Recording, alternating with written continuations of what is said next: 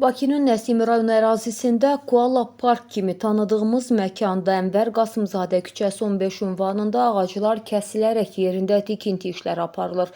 Sifarişçi İnam 5 MMC, podraçı isə Bolluq şirkətidir.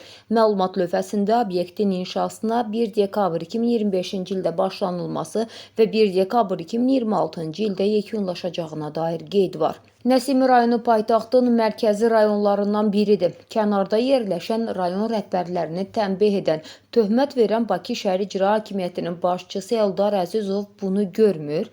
Evlər söküntüyə gedən zaman yerlərində parklar salınır. Burada isə tərsinədir. Parkın içərisində tikinti gedir. Nə olsun ki, tikinti üçün dövlət ekspertizası rəy verib. Axı rayon və paytaxt icra strukturları şəhərə, insanların rifahına cavabdehdirlər. Deməli, bu adamların fikri zikri ciblərini doldurmaqdır. Səkiləri daraldıb, ticarət obyektləri tikib, pul yığmaqları bəs etmir, xalqın istirahət hüququna da qəsd edirlər.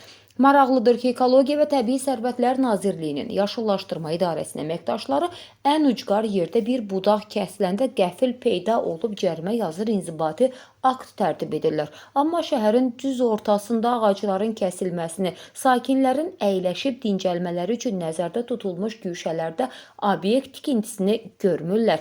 Görəsən onların gözlərini tutan hansı qüvvədir? Qeyd edək ki, Nəsimi rayon İcra Hakimiyyətinin başçısı Tahir Budaqovdur.